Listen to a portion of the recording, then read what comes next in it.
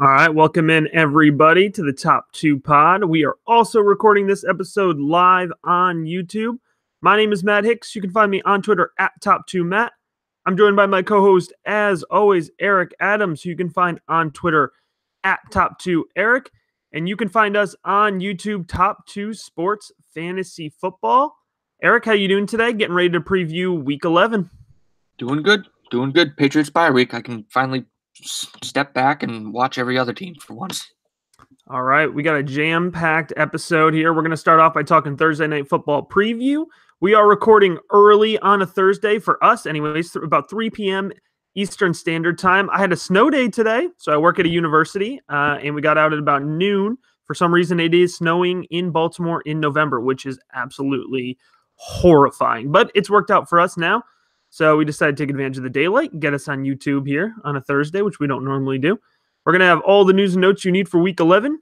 So buckle up. It's a pretty jam-packed week. If you didn't listen to our trade deadline special episode, which was recorded on Wednesday of Week 11, you're going to want to go ahead and check that out right now. Just click pause, scroll back on the podcast, or check us out on Apple Podcasts, as well as Stitcher, Google Play, Podbean, all that good stuff if you're listening on YouTube. That was a fantastic episode, but we didn't do any news and notes was my point, and so we're going to go ahead and jump into that today. We're also going to do start-sit questions from our listeners, so if you're checking us out live, you can submit questions to me at Top2Matt, or drop them in the comments of the live stream. And then, Eric, we're also going to do our top 2 games of the week, so jam-packed episode here. I'm going to let you start off with the Thursday Night Football preview so I can go ahead and tweet out the link to our followers. Okay. We start off Week 11 with the Packers traveling to Seattle for a grunge match with the Seahawks with the playoffs on the line. Fun fact, little known fact, grunge originated in Seattle. Not a little known fact. Everybody should know that. Is that a real thing? Yeah, that's a real thing. Matt, big game. Big game. We said this last week, and we thought we were going to get a good game. We didn't get a good game, so I'm not going to say it's a good game, but it's a big game. Loser likely will miss the playoffs. Winner will stay alive. Who you like in this one, Packers or Seattle? This is a tough one because I feel like the answer should be the Packers, but Seattle's been playing pretty well as of late. I mean, they hung in tight last week. And the Packers have just not looked as good as they should, but I feel like they finally, Eric, figured out that they need to go to Aaron Jones. I feel like that was a big bump for them last week. Thursday Night Football, I'm inclined to go with the Packers here. What are you thinking? I want to side with the Packers, but the fact that it's in Seattle makes me weary. You pick the home team every single time. I know, man. That home field it's a big deal for me. It's really a big deal for me.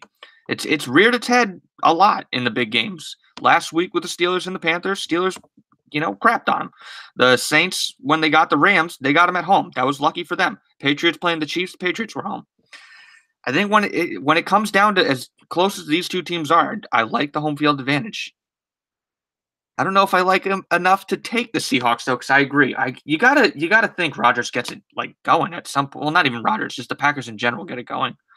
Is Doug Baldwin going to get it going, Eric? That's who I want to know. Is Doug Baldwin finally going to get it going? Well, the thing with the Seahawks and even the Packers too, and you said it, you alluded to it with Aaron Jones, they're running the ball really well. Both teams are running the ball very well. So if they're running the ball as well as they can, you have to wonder with Doug Baldwin. But I wanted to bounce that off to another player, Matt. What do we think about Rashad Penny right now? I don't know what to think about Rashad Penny. The latest out of the Seattle camp is that Chris Carson is not on the injury report, but it's so hard to trust Pete Carroll. Pete Carroll is right up there on the list of coaches that you just cannot trust. He's not believable. And Mike Davis has been tearing it up. So I don't understand why people are moving past Chris Carson right to Rashad Penny. Mike Davis is right in the middle, and to me, he's the number 2 in Seattle.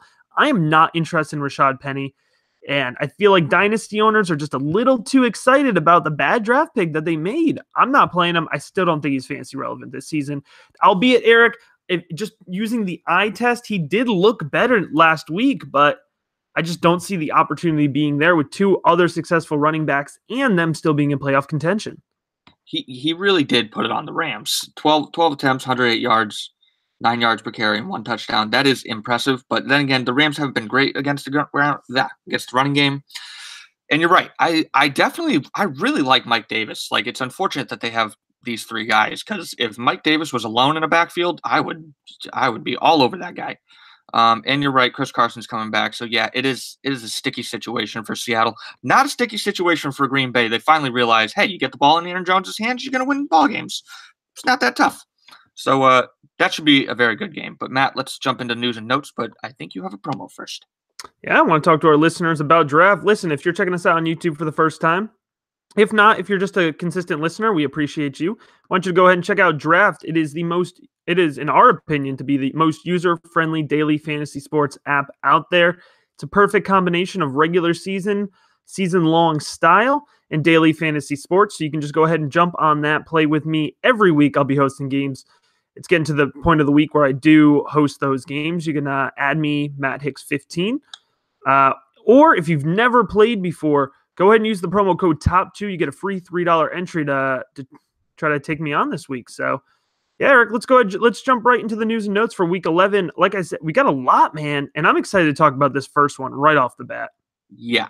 So Ravens QB situation heading into week 11 is murky at best versus the Bengals. Joe Flacco has his hip injury. He's not practicing, but John Harbaugh's not alluding to anything. There were reports early, like everybody first jumped to the thought. They're like, oh, Flacco's hurt. It's going to be Lamar Jackson. It's Lamar Jackson season! God, I hope so, but he missed practice on Thursday with an illness. That doesn't help him. And then there were also reports saying, oh, they might go with RG3. That would be the dumbest thing I've ever seen, even though RG3 has performed well in the preseason. I have no idea what's going to happen right now, but I think everybody knows what they want to happen. It has to be Lamar Jackson if he's healthy. Like, just let him take the reins. This season is lost for Baltimore anyways. Like, if they lose this game, this is over. Like, they really are. I think they're going to fire John Harbaugh. You got to move on to the next season, and the future is Lamar. So I would go with Lamar.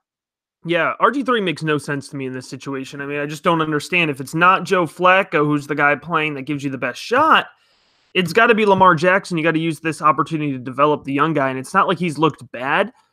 RG3 doesn't give you a great shot to win the game. And then for the rest of the season, I mean, I know it's tough. The Ravens are not a team that rebuilds. The Ravens are a team that's used to finishing with 8, 9, maybe 10 wins, and that's how they get into the playoffs every single year. So I actually think there isn't a large element of panic going on right now. I definitely feel the disappointment being in Baltimore, but I don't think there's panic. And so I think Harbaugh is trying to hold on to his job. He's trying to hold on to the season right now, but I don't think RG3 necessarily helps him do that. Yeah, it's definitely Lamar Jackson if they want to win. Listen, admirable performance in the preseason by RG3, but John, let's be real here.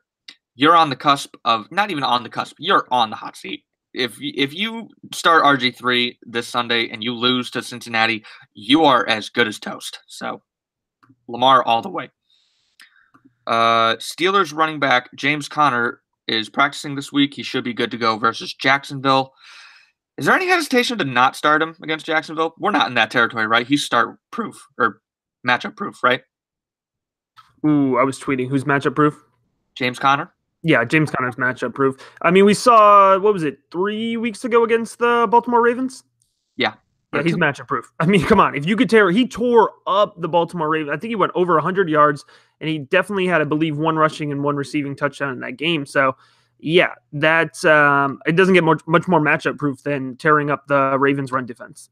Very good point. Fire up James Conner. Week 9, 107 yards. He had 1 receiving touchdown and 56 receiving yards. Caught 7 of 9 targets. So, yeah. Guy's a beast. All right. Broncos running back Royce Freeman is practicing on a limited basis. He has an ankle injury, but they are expecting him to play on Sunday versus the Chargers, or at the Chargers for that matter. I'm not saying start him, but I'm saying when the Broncos have both Freeman and Lindsey in the lineup, they are much tougher to defend on offense. So it'll be good to see Royce Freeman with Lindsey, Keenum, Sanders, and now Cortland Sutton added more into the mix. Hopefully Deshaun Hamilton too. So just something to watch there. But such a disappointment. Royce Freeman, such a disappointment. I mean, but what does this do, Eric? I mean, you can't start Royce Freeman this week, right? No. I'm just saying it gives them more options. Because without him, it takes them a little it makes them a little more one-dimensional than two-dimensional. They're likely throwing the ball a lot if he's not in the game. At least if he's playing, that keeps them honest. Chiefs. The Chargers. I was just going to throw in the Chargers' run defense is right in the middle of the pack, so it's no slouch to think that they're going to come in and contribute. It's still Philip Lindsay for me as the main back in that offense. Yes, absolutely. Quick question: would you start Courtland Sutton against the Chargers? I mean, as a flex, yeah. I mean, it depends on who against who. Like who would you be deciding between for Courtland Sutton and Courtland Sutton at Los Angeles or Corey Davis at Indy? Oh, Corey Davis. I think you would have to go with Corey Davis. I mean, Indianapolis is not a tough matchup for wide receivers, correct? Okay. Golden Tate at New Orleans or who was I talking about? Courtland Sutton.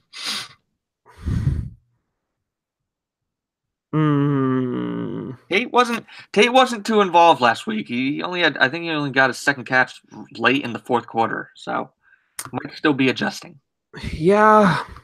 New Orleans is beatable through the air though. Like this little like thing that New Orleans' defense is getting it turned around. I understand they crapped on the Bengals, but I still don't think they're top notch on defense. Here we go. It's definitely Courtland Sutton for me, Eric. Last week, Golden Tate, a 29% snap count.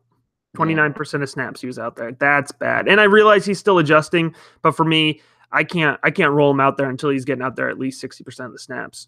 There's so many options in that offense. Yeah, that is fair. Last one. Amari Cooper at Atlanta or Courtland Sutton at Los Angeles? Amari Cooper at Atlanta. That one's not close for me. Good. Okay. Eric, whoa, I'm going to fire one back real quick at you. Courtland Sutton versus Los Angeles or Alex Collins versus Cincinnati in a flex spot? Ooh, Sutton. I'll trust Sutton there. Now remember, I mean, this is not your mom's your grandma's Cincinnati Bengals rush defense. I mean, they have allowed the second most fantasy points to running backs this season, Eric. Cincinnati is surprisingly bad against the run. 1,066 yards allowed in 8 touchdowns. It has less to do with the matchup against Cincinnati and more to do with how I view Alex Collins now. Completely. How you view him or how Harbaugh views him? Harbaugh.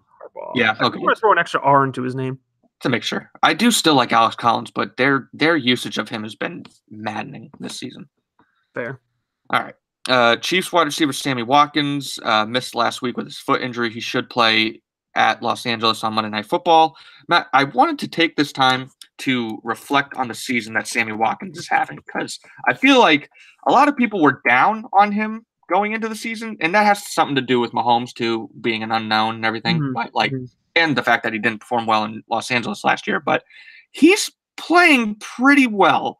39 receptions, 515 yards, 3 touchdowns. I know that's not like crazy numbers, but that's still close to being on pace for 1,000 yards. For what they paid him, he should get 1,000 yards, but he has missed time. Where would you rank him going into next season for Dynasty? I ask for me because I have him in Dynasty and I don't know what to do with him. Oh, man. This is tough. Eric, do you know where he's ranked right now in the season? I feel like he's actually ranked higher in terms of wide receivers than most people would think. I will tell you in 15 seconds. No. Take a guess. I know where he is. I had to guess 33.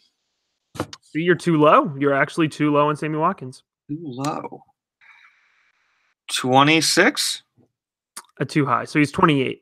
Oh, man, right in the middle. He is sandwiched in between Marvin Jones at 27 and Corey Davis at 29. And if that just doesn't make things more confusing, then I don't know what does.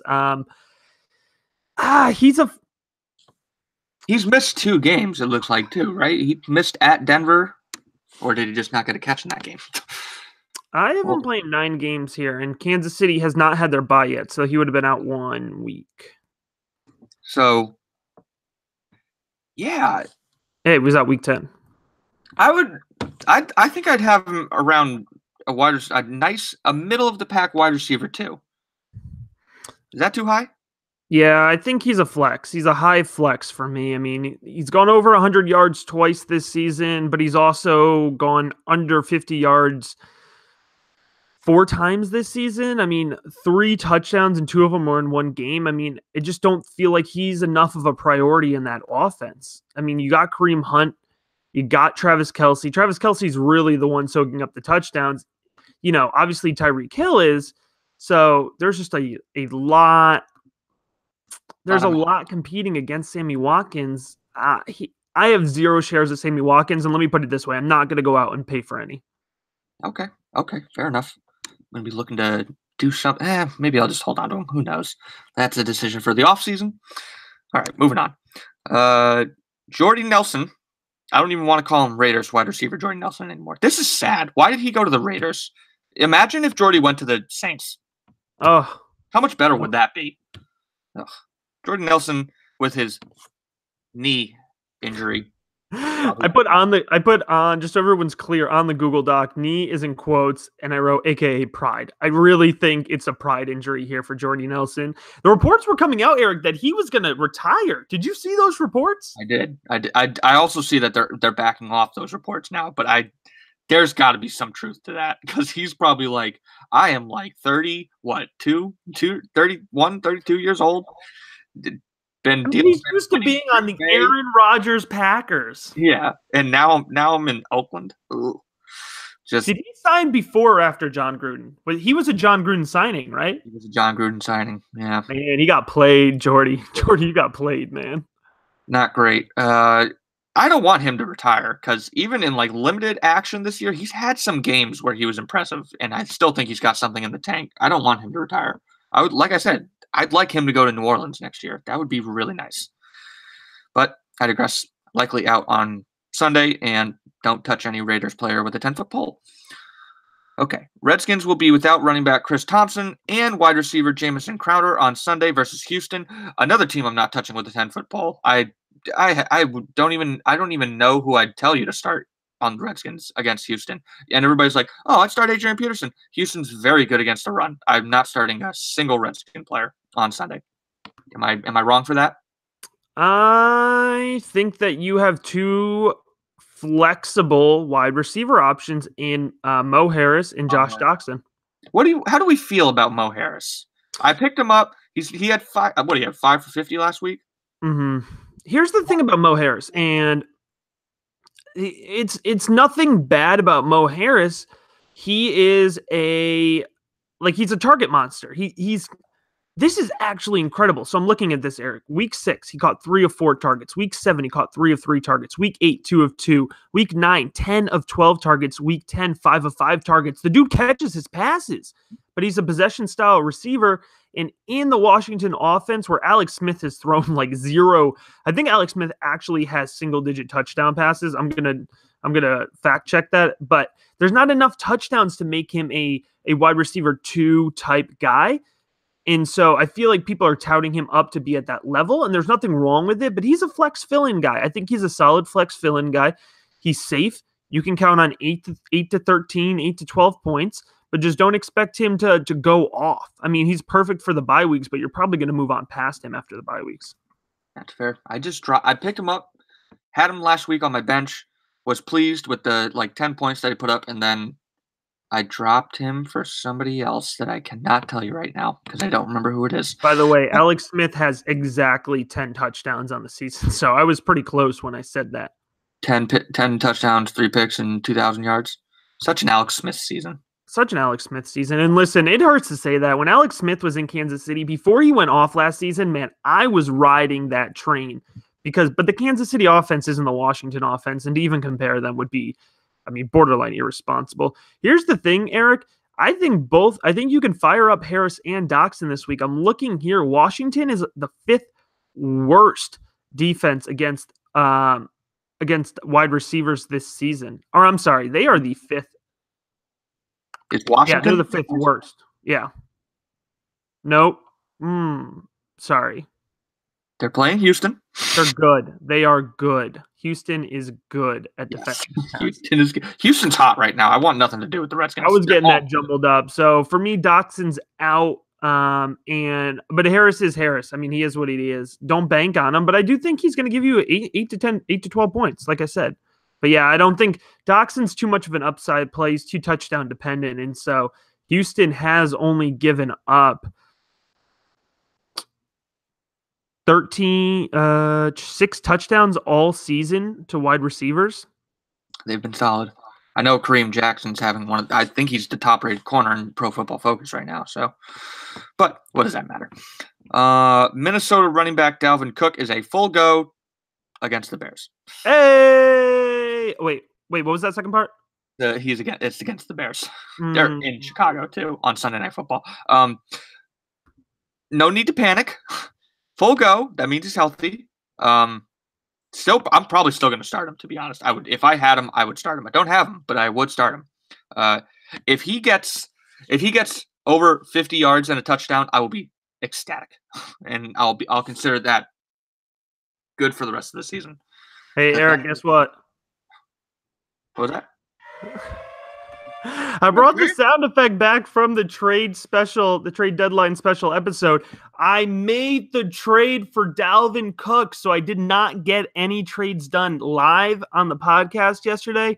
But as an update, I talked about DMing Mike the Pirate Wallace from Top 2 Sports in the Top 2 Sports Staff League, and I was later on able to make a deal for Dalvin Cook. So, Eric, why don't you tell me what you think of this? We talked about on yesterday's episode, Dalvin Cook having a fantastic fantasy playoff schedule.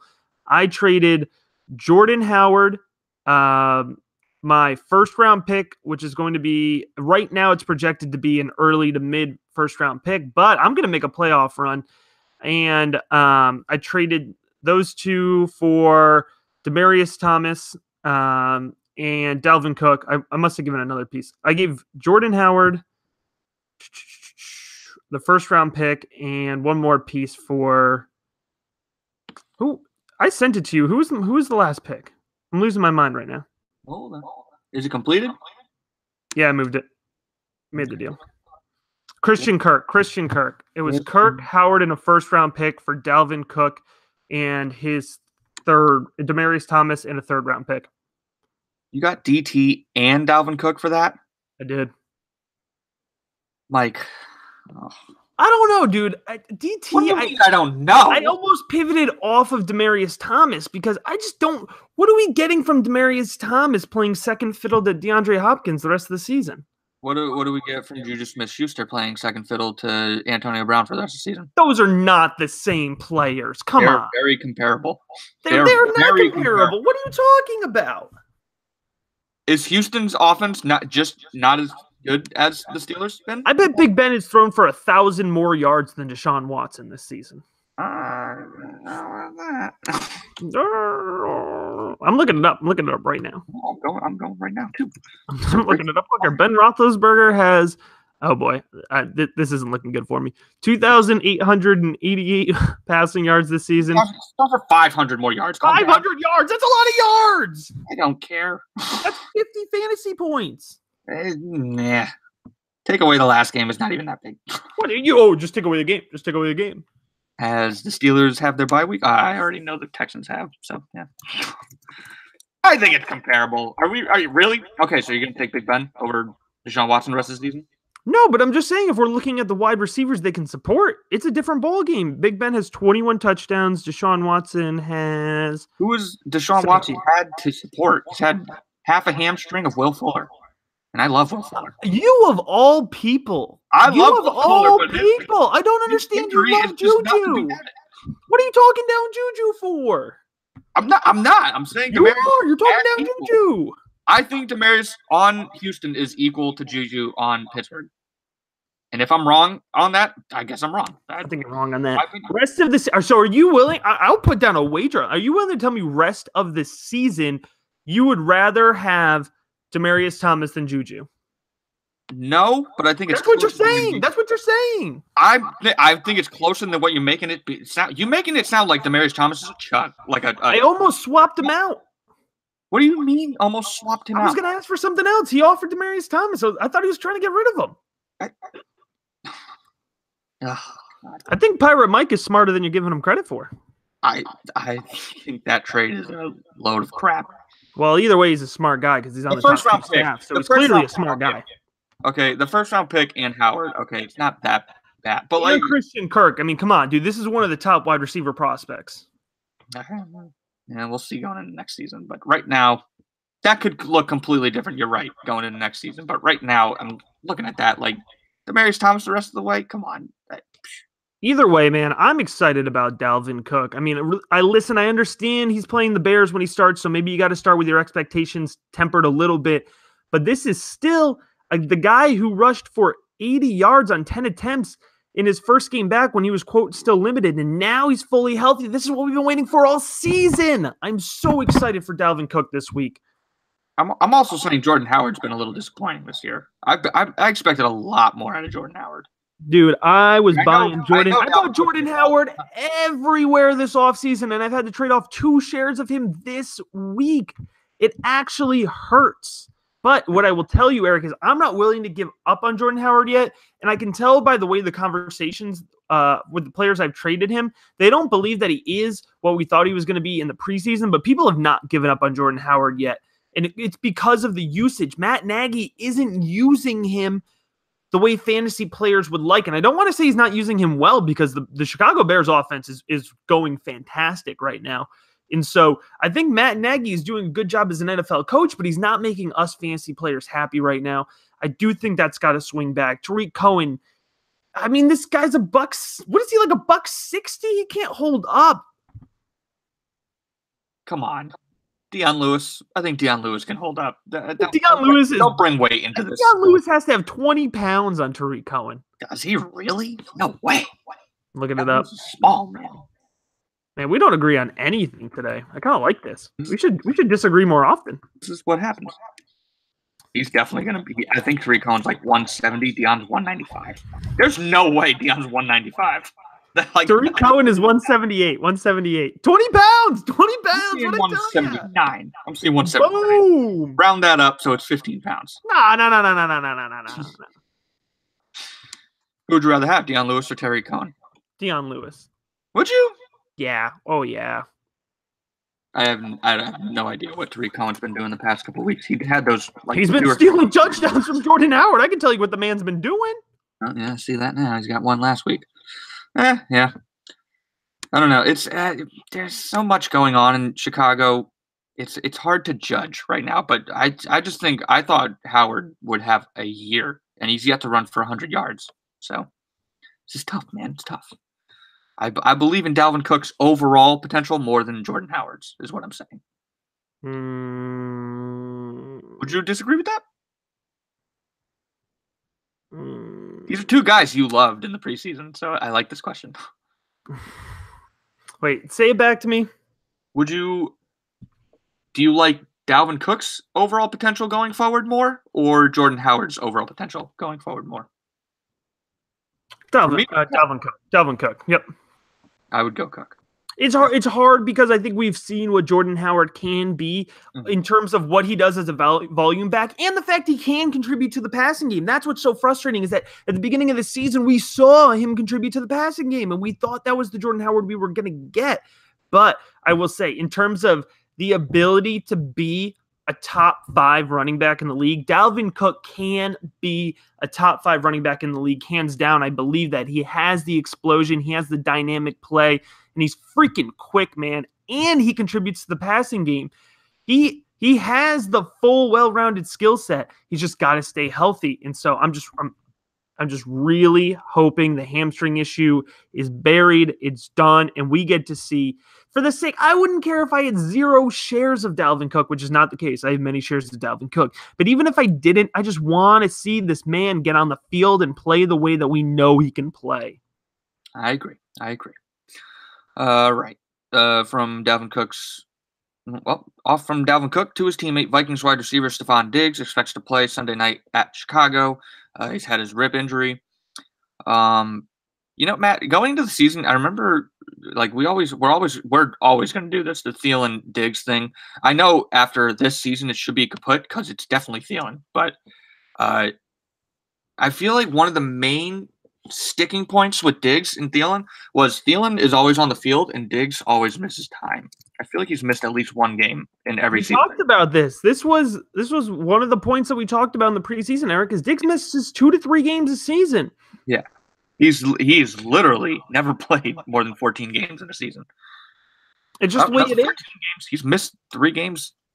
Yeah, the most he's ever played is 14 games in one season, and he's already missed what? That was his first game missed last week. Did he miss another one earlier? I thought he did. He only played 8. We're in week 11. Yeah, I think he definitely did. They had their bye week. Yeah, he's missed 2 games already. Yeah, it's tough because he's very talented, but that should just tell you, people, when debating Thielen and Diggs next season, it's Thielen by a lot. Okay. Marvin, I just got so upset with what you are about to make me read.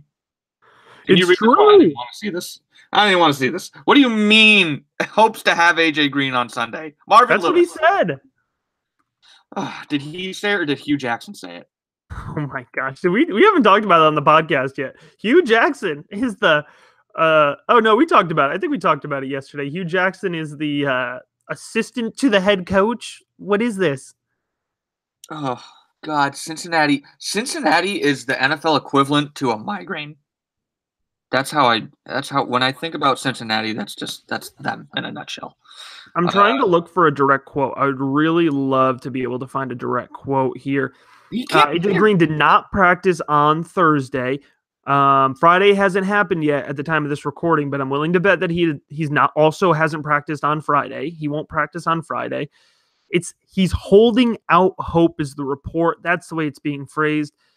I would be shocked if AJ Green is playing on Sunday. This is crazy. This is nonsense. That is the ultimate frustration for a fantasy football player when a coach says something like that. Well, it really is because if you're playing, and I know, Eric, on some formats, right, if you have the IR slot, if he would rule AJ Green out, then we could put Green in the IR slot and pick somebody up. But we have to hold. He's taking up a spot on the bench right now. So yeah, it actually is one of the most frustrating things for a fantasy player. Just rule him out. You know he's not playing. He's not playing. Is this gamesmanship? Is this Marvin Lewis trying to squeak by a W? They are playing the Bengals, so that does make sense, actually. They are the Bengals. Or they're playing the Ravens. They're playing the Ravens, so it does make sense. They played a scrimmage. They played an inter-squad scrimmage against themselves this Sunday.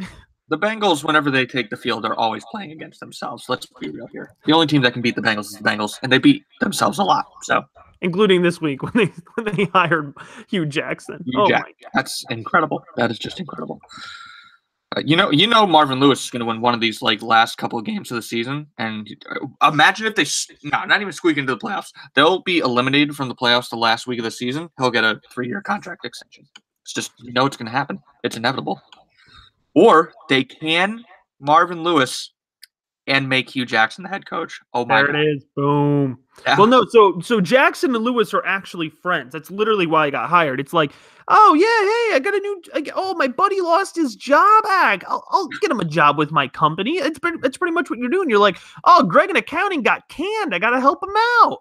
All right. And so here's the thing. I mean, what if Marvin Lewis finally moves to the front office and then they just promote Hugh Jackson, huh? Oh God, I just can't. No, I got to stop thinking about the Bengals. You know what this was? His family was probably like, oh, we really don't want to move again. Can we just stay in the state of Ohio for, I don't know why, but that's what they said. And he was like, I'll just call up Marv. I'll see if Marv's got something I can. Hey, anything? You got anything? Marv's always got something. I'll clean the water coolers. Clean the bathrooms out. Put myself in the toilet because I'm okay. Moving on. Cooper Kupp injury impact and the Josh Reynolds factor for LA going forward. I wanted to make a big light of this, Matt, because Cooper Kupp, we haven't talked about it enough. I think he's arguably a top 5. Let me phrase this correctly because it's not going to come out correct and everybody's going to be like, you think he's a top 5 receiver in the NFL? No, I don't think he's a top 5 receiver in the NFL. I think he's a top 5 most valuable weapon to his team because his targets, his red zone receptions, his yards after the catch, just all together, plus the chemistry he has with Jared Goff, I think that's a top 5 QB wide receiver combo. And I think his impact and his absence is going to be huge, like literally huge. Those games that Josh Reynolds started, He started against San Francisco and Green Bay, and he got one target in the San Francisco game for one catch, 19 yards. In the Green Bay game, 5 targets, 3 receptions, 42 yards. He did have 2 touchdowns against Green Bay. So I mean, it is something to look to. I would pick him up. I would definitely advocate. I picked him up multiple times this week, but I think this offense is going to take a big step back on Monday. I think you're going to see it. I think the Chiefs are going to put it on him. I don't think the Rams are going to recover. I don't think this is enough time to move on from Cooper Kupp and to integrate Josh Reynolds, even though they have been integrating him for the past couple weeks. Your thoughts? Because I think the Kupp injury is possibly the biggest injury of the season so far. Yeah, I feel like the general assumption right now is going to be that the Rams have been supporting 3 wide receivers, and they've all been able to contribute in fantasy for the last for the whole season. And so if we just slide up Josh Reynolds, he'll be able to contribute as well. I don't think it's so much that the Rams offense can support 3 wide receivers. I think it's more that they had 3 really good wide receivers working in that offense. I don't think Josh Reynolds is automatically bumps up and becomes relevant in that offense. So until he shows me something, Josh Reynolds is not somebody I'm interested in. Eric, what I am interested in is knowing do you know what the line on this game is? The over-under? No. I don't want you to look it up. I want you to guess. What do you mean guess? I have it right here. What are you looking at? I want you because it's a ridiculous over-under. It is going to be ridiculous over-under. All right, you tell me. Are you looking at it? I'm looking at it right now. Are you looking at it? What the hell? Now we're both looking at it. What are you doing? Well, the line is only Rams by 3.5. So I mean, that's pretty. The line's 3.5, but what's the over-under? I got 63.5 as the over-under. I don't think that's high enough. That's the largest of the season. It's what's that? 7. It's a touchdown and a half more than the next highest scoring over/under, which is Indianapolis and Tennessee this week. That's high for Indianapolis, Tennessee. 48.5. 48. No. Sorry. No, that's actually right. I thought it was 56. It's Philadelphia, New Orleans. Yeah. Philadelphia, New Orleans is 56, and they are a touchdown and a half below Rams and Chiefs. Yeah, I mean, I think they're going to score 70. That's saying 63.5 is only a 34-30 score. So, I mean, I think they're going way over that. I think it's going to be like 45 to 38 Chiefs. Do you see the Eagles are an 8.5-point dog to the Saints this week? The Saints are that hot right now. Haven't lost since week 1, man. I mean, hey. 8.5 lost a bad home game too. That was the Eagles season right there. I think they're done. I don't think they're ever going to get it going. I can't defend them anymore with the Eagles. All right, Eric, let's get the last piece of news here. I'm excited for this one. Here we go. You want to play the noise with it? Oh, what the? A little trade noise. Not a trade. I don't have it up. I don't have the noise up. All right, screw it. He's not even worth it. Bills quarterback Josh Allen, with his elbow injury, is fully recovered. He will return after the Week 11 bye week against Jacksonville. I lied. Yeah, good to see him on the field. Matt Barkley lit it up last time, so I'm just saying he should probably get some playing time, but who knows? Yeah, it's coming back against Jacksonville. Jacksonville is likely going to lose against Pittsburgh this week. They're going to be pissed going to Buffalo. They might murder Josh Allen. That's Josh Allen will be fine. Josh Allen will prevail. Yeah. He might win like a 9-3 game, but good luck, Josh Allen. Josh. I don't know, man. Jacksonville. That's going to be scary. They're going to be pissed. All right, let's move on. Start sit. All right. Quick reminder before we jump into the start sit questions of the week submitted by our listeners. Please go ahead and hit subscribe. If you're listening on YouTube, go ahead and hit that subscribe. We're also on Apple Podcast, Google Play, Podbean, Stitcher. We are all over the place. We really appreciate that. If you could take 2 minutes, just hit 2 minutes and give us a rate and review. That really helps others see us, helps get our name out there. We'd really appreciate it. All right, Eric, this is the segment where we go ahead and answer some of the questions from our listeners. So why don't we go ahead and jump right into the first one here? All right, this one is from Hope Dealer at Mario Poppy 19, friend of the pod. Golden Tate at New Orleans, Doug Baldwin versus Green Bay, or Mari Cooper at Atlanta. We kind of talked about this one a little bit earlier. I mean, not directly, but we talked about all three of these players. This one's not close for me. It's Amari Cooper versus Atlanta, correct? I mean, Atlanta has been torchable, absolutely torchable against wide receivers, against everybody, but in particular wide receivers. The third worst defense. They've allowed the third most points to opposing wide receivers this season, 1,708 yards and 14 touchdowns to opposing wide receivers this season. And Amari Cooper, I think he's been everything Dallas has wanted him to be since getting traded. I agree. What you said earlier about the snap percentage for Golden Tate scares me away from him. I'm not touching him yet. Doug Baldwin versus Green Bay. He should be able to have a decent game tonight. He's probably he's probably second for me, but yeah, it's Amari Cooper, and it's not particularly close. All right, I like it. I'm glad we agree. All right, from John Hansen at John Hansen 20. This is an interesting one. I haven't really heard of this. Touchdown only scoring, so you can only score if you get a touchdown, and it's bonus points for out of position touchdowns. So if you're a running back and you catch a touchdown, you get bonus points. How about that? All right, he needs one here. Marlon Mack versus Tennessee, Mike Davis versus Green Bay, Dion Lewis at Indianapolis, or Rashad Penny versus Green Bay. This is tough. Between Mack and Lewis for me, where are you at? I want to say Penny, but you're right. I think it's too risky. I don't know. I want to be ballsy and say Penny, to be honest. Touchdown only.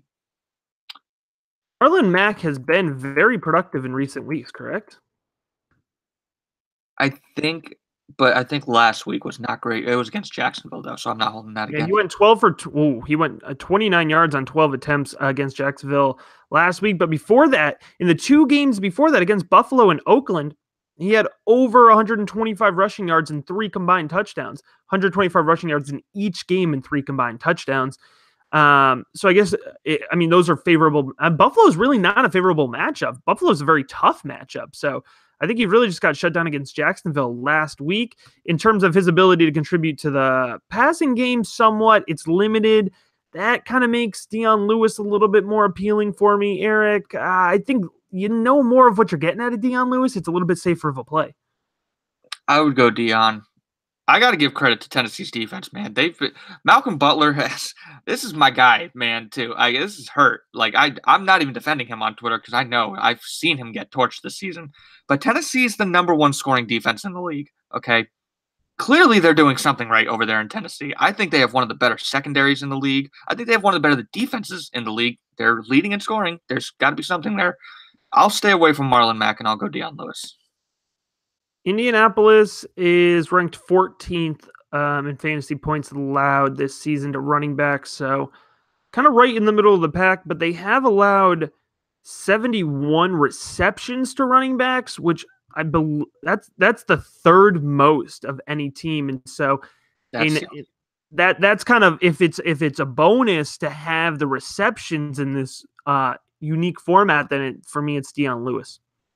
I agree. Dion all the way. This one's a good one right here, Eric. Coming in from Anthony at ADOG235 in a PPR format. Is it Jack Doyle?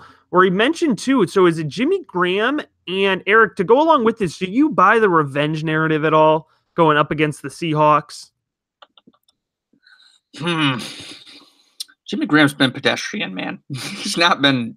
Do you buy revenge narrative at all, though?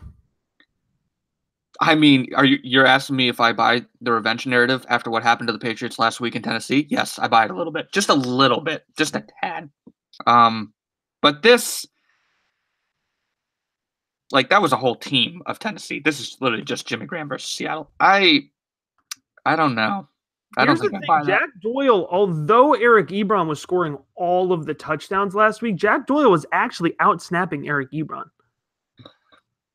Yeah, give me Doyle. I think Doyle's safer. I think Graham is a boomer bust guy, and there's a good chance he could boom tonight. But I'll take the safe pick and take Jack Doyle. I think it's also worth noting that when you're close on two guys, Thursday Night Football, Eric, tends to be lower scoring because it's hard for those offenses to make the quick turnaround. That's true. That is true. But yeah, I don't know. I like Doyle more. I like Doyle more. Doyle played on 48% of snaps in Week 10. I believe Ebron was in the high 20s. I'm double checking that right now.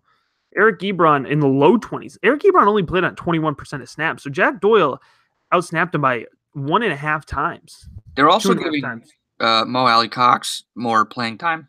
Mo Alley-Cox is getting involved, man. I signed Mo Alley-Cox in a D rostered Dynasty 2 tight end premium league, and I've been playing him. He's been helping me. He's been good. Yeah, he's been very solid. Yeah. So just to clarify, we're going with Jack Doyle. Yes, I'm going with Jack Doyle. Jack Doyle. Okay. I'm sorry, Chris. Chris Nelson on staff, and he is the Eric Ebron guy, and he's been right. Whoa! Just because we're saying start Jack Doyle, who is literally the third receiver on the Colts right now, Eric Ebron's the second, Hilton the first, doesn't mean we think Ebron's going to have a bad game. Like, they will both get theirs. I'm not throwing shots at Ebron. Chris, fair. That's very fair. Chris, we're big Ebron guys now. You've beat it into us. Big fans. Big fans. Big fans. From For the Win Picks at FTW Picks, he wants to know Kirk Cousins at Chicago or Dak Prescott at Atlanta. This is tricky because Dak Prescott last year got sacked 8 times by Atlanta. The Atlanta defense wasn't ravaged by injuries last year. That is true. And they also didn't lose to the Browns the prior week last year. So, yeah, I'm going Dak. I'm definitely going Dak. I want no part of a healthy Chicago defense. Yeah, it's really tough. Dak's actually been performing well. He's scored over 20 fantasy points in 3 of his last 4 games. What I really like is that he has, so in the first 6 weeks of the season, he only threw more than 30 passes once. He's thrown more than 30 passes in all 3 games and of his last 3 games. And listen, I mentioned that he's got 3 out of 4 good performances. In the last 4 weeks, he's played Jacksonville, Washington, Tennessee, and Philadelphia. Those are some of the best defenses in the league. And so now if you're going to unleash Dak against Atlanta, Eric, this is going to be kind of exciting. I'm thinking Dak has to be also a really good DFS value this week. I got to go look up his value. Oh, man. I'm excited. With Dak. I like it. So, here we go. Yeah, it's like he's been playing very well with Amari ever since he got there. It's almost as if when you get an actual NFL level talented wide receiver, it opens up the whole offense, and he's actually a good quarterback. Quick reactions. Amari Cooper is better right now.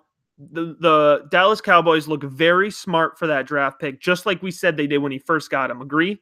Yeah, I said they were in the driver's seat. I guess I'm not backing off of that now. I guess I'm going to die on that hill because with the Eagles playing the way they did last week, I'm all in on the Cowboys winning that division. I think it's worth pointing out too. Listen, I was not one to promote Washington in the preseason. And as much as maybe they don't look pretty, maybe they don't look flashy, they are winning football games. And I think we got to start acknowledging and giving them credit for that. Definitely give them credit. I 100% give them credit. They have one of the best defenses in the league, and there are a lot of no-names on that defense. They have a lot of young guys on that D-line too. Jonathan Allen, what's his name? Payne? Ron Payne? The one they took last year, the D-tackle this year. Whatever. But yeah, they have a lot of good unsung players on that defense. Ryan Kerrigan, obviously. So their defense has gotten it done. It's just when it comes down to it with Washington for me. Oh my. Eric, I know we don't necessarily talk a ton of DFS. Dak Prescott is 5,200 this week, and Amari Cooper is 5,400. Automatic stack. Stack them. Love it. Against Atlanta? That's amazing. Who's setting these prices? That is amazing. They've got to be the play of the week. Oh, man. Yeah. I like that a lot. By the way, while we're on the topic, Fridays, Joe from Top 2 Sports, he releases the DFS DraftKings and FanDuel articles. You got to check it out. Joe does fantastic work. He just released, if you go over to top2sports.com, he released 25 trends from the first 9 weeks, the perfect lineups, the Millie Makers. That, Eric, I don't know if I told you this. I believe Joe just broke the record for most views on one article since we started. So great job by Joe. Fantastic article. Phenomenal job. Yeah, awesome. Great job, Joe. Eric, you want to move on to the top 2 games of the week and then wrap this thing up here? Yes, sir. You go first? Oh, I thought you were going to do the Fantasy Champs promo. Oh, yeah. I was going to friends over at Fantasy Champs. You know what, Eric? I'm so angry at myself because I almost forgot to tell people about Fantasy Champs, the best fantasy football merchandise out there. Trophies, rings, belts, jerseys, the best in the business. 10% off with the promo code TOP2. Go ahead and get it done. All right, Matt. So usually we'd each give 2 games. This week we're going to give 3 games because I didn't want to give one of us the Chiefs-Rams. This is like the game of the season. This is a possible Super Bowl preview. They moved it to Los Angeles, which is phenomenal news because screw Mexico. That field looked like trash. So Chiefs at Rams in LA, Monday Night Football, the Boogermobile, Jason Witten, who's a robot, and the other guy. I don't really know his name. It's Sean something. But yeah. So I wanted to play a fun little game here, Matt. Okay. I like we have 2 phenomenal offenses here. We'll leave the defenses out of it because are we in agreement? I would still take the Rams defense over the Chiefs, correct? Yeah. Oh yeah. Yeah. Okay. So let's just focus in on the offenses and the coaching staff here. All right. We're gonna do a little position by position breakdown going forward. All right. This is a tough one to start off on. Jared Goff or Patrick Mahomes? Who you got going forward? What do you mean by going forward? Rest of the season? Let's say career. Oh my gosh, the career? Yeah. It's just going to get harder, by the way. It's going to get Oh, man. Actually, you know what? Okay, we'll just go with this here. We'll just go with this season because it's going to be tough to do the other ones. Yeah, I mean, career. Oh, man, career? We'll okay. Save that for another day. Rest of the season is Pat Mahomes. He's red hot. Yeah, I agree. It's pretty lopsided. I think this next one's going to be lopsided too because as good as players Kareem Hunt is, I don't think he's as good as Todd Gurley. Todd Gurley or Kareem Hunt going forward.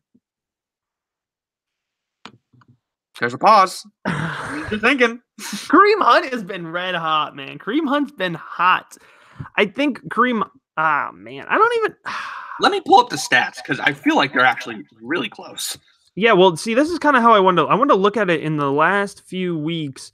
In week 10, Kareem Hunt finished at, Kareem Hunt did not look good in week 10. Todd Gurley was running back 11 because Todd Gurley's kind of, I don't want to say been bad. He slowed down. Kareem Hunt was running back 2 in week 9. Todd Gurley was running back 9 in week 9. In week 8, Todd Gurley was running back 2. Kareem Hunt was running back 14. So I guess still, even though Todd Gurley is, quote, slowing down, he's Todd Gurley. I can't make the argument that Kareem Hunt's going to be better than him. Kareem Hunt has been a lesser Todd Gurley this season. I'm looking at the stats now. Kareem Hunt, 167 rushes, 754 yards, 7 touchdowns, 4.5 yards carry. Receiving, he's got 23 receptions, 337 yards, and 6 receiving touchdowns. That's amazing. That's actually an amazing stat line. And then here's Todd Gurley's. 198 rushes, 988 yards, 13 touchdowns, 5.5 yards a carry. And then he's got 40 receptions, 402 yards receiving, and 4 touchdowns. Yeah, Gurley should win MVP. It's either Gurley, Mahomes, or I know Breeze is having an unreal season. I think he has 1 pick. That's incredible. But yeah, it's got to be Gurley, correct?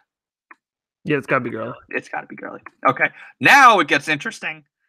Which receivers are you going to take? Just receivers, not tight end.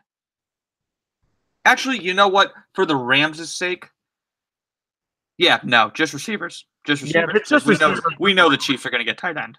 It's just the Rams then. Yeah. Take the Rams wide receivers? Mm-hmm. You would? Yeah. No Cooper Kupp. Yeah, still the Rams. Yeah, we disagree. I think I would take the Chiefs there. I like Watkins and Hill. That is a scary one too. I know Cooks and Woods are a scary one too as well, but those guys. Wow. Sorry, I'm just getting sidetracked. I'm just looking up Drew Brees' season. He has 21 touchdowns and 1 pick. How did you get on that? It's incredible. I just wanted to look up the MVP numbers because these guys are up for the MVP. Okay, final one.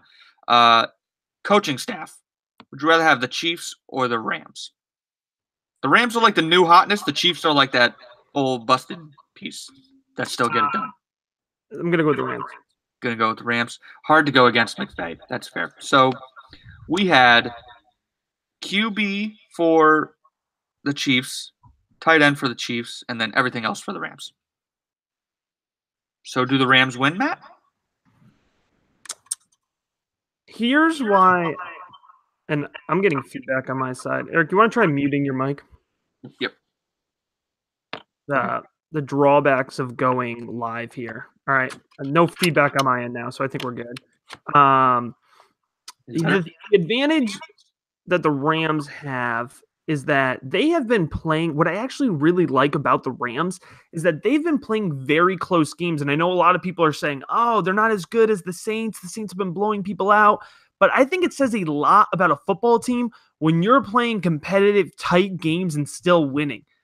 That's what football is. And you're going to be in close games. There's no way you get to the Super Bowl without playing in close games. So I would actually rather be the team that's in these close games and finding ways to win. That's why I'm picking the Rams, because, Eric, they've been finding ways to win. I love the point that you just brought up. That is actually so true, because when you play in close games, you become more battle-tested, become tighter as a team. That is something that is not to be overlooked. I love that. However. Oh, what? However. You played me. I look at that Kupp injury, man. This is the worst week to have it, because the Chiefs are just not going to be slowed down. Tyreek Hill is going to burn somebody on that Rams team. I don't see any way they stop Travis Kelce. Patrick Mahomes is a magician at getting out of the way of the pass rush, which is the Rams' strength on defense. I think the Chiefs are going to outgun the Rams. I really do. And I really hope I'm wrong, because if the Chiefs win this game, they're 100% going to get the 1 seed in the AFC, and they will likely go to the Super Bowl with it. But I like the Chiefs a little more right now. I think that offense is clicking. I'm not saying the Rams aren't, but the Kupp injury tilts it in the Chiefs' favor for me. I will go Chiefs. All right, so what are we doing? We both get one more now? Yeah, and I think we are pretty set on which 2 games, but I'll let you go first. Yeah, I'm going to go ahead and, Eric, go with Atlanta and Dallas. We alluded to it earlier, but in a fantasy sense, there's so much here. A big game. I think we got a big game coming from Dak and Amari. Zeke's been consistent, but he finally had kind of a burst of a week in terms of fantasy production. So are we going to get that again? And then on the other side of the ball, Atlanta is still scrapping, trying to get into the playoffs, trying to keep their hopes alive. And they got Matt Ryan. Is Calvin really going to have a bounce back week? I mean, we thought he was going to have a good week and a good matchup. Now he's got a tough matchup. And so the Atlanta Falcons offense, are we going to see that production? Julio Jones, does he get a touchdown for the 3rd week in a row? I would love to see that. I want to see the Julio Jones breakthrough. So there's a lot of good fantasy storylines, things to follow in the Atlanta-Dallas game. And it's a 1 o'clock. Sometimes you don't always get an exciting one at 1 o'clock. So if you're in that market or you're watching Red Zone, I think that's one you got to key in on. I like it. Who you got? Who you going with that one? I mean Atlanta, because Dallas is ugly. Valid point. Analysis. I can't. I got to go Dallas. I think Dallas is going to pull that out. Atlanta lost to Cleveland last week, even though Cleveland has been looking. That was a good game by Cleveland. That's no Cleveland Browns. That's Freddie Kitchens' offense. Cleveland Browns. That's Mr. Kitchens you're talking about. Okay. Still, I think that's a death knell on the Falcons. I would go Cowboys on that. My second game of the week will be the Bears and the Vikings on Sunday Night Football. The Bears have been on national television twice this season. All right. They played the Seahawks on Monday night. They won 24-17. Very entertaining game. And then, as everybody unfortunately has to remember, they played on Sunday Night Football, the week 1, the game against Aaron Rodgers, where he got a little boo-boo on his knee, and then he got carted off, and then he came back out like Paul Pierce without a real injury. The Bears have been very entertaining on Sunday Night Football and Monday Night Football. Whenever they have a night game, it's been very fun to watch. And the Vikings got to get it going like now. Like if they really want to win this division and they want to like stave off the Packers, this division is a knockdown, drag out brawl at the moment. The Bears are leading it at 6-3. The Vikings are 5-3-1. So this is for the lead in the division. I believe they haven't played each other yet. I believe this is their first time, correct? Yes, there's the first time they play again in week 17. How about that? I like this game a lot. I like the Bears more. The Vikings I would argue the Vikings might have a better offense, but I don't know by how much. I definitely know the Bears have a better defense, and I do know how much. So I would take the Bears. Matt, Bears or Vikings? I'm going to go with the Bears as well. Bears are just they look like the team to be in the NFC North, and I like that because I like the Bears. All right, Eric, I think that's a pretty jam-packed episode there. Any kind of final thoughts, things to watch, feelings, tidbits of advice for week 11 for our listeners? No, just, go get it. Get your last-minute trades in. Be bold. Why not? Because it's trade deadline. And next time we're coming to you, we're going to be closer to Turkey Day. So big week. We got a big week, some big W's to capture here in playoff chases. Go out, get it done. If you have questions leading into it Saturday, Sunday, Friday, tag us on Twitter at Top2Matt, at Top2Eric, at Top2Sports, at Top2Pod. Please go ahead, hit that subscribe button, whether you're on YouTube, listening on Apple Podcasts, Google Play, Podbean, Stitcher, no matter what you're doing, go ahead and hit subscribe. Leave us a rate and review. Go out, get that Week 11 W. Later, taters. Boom.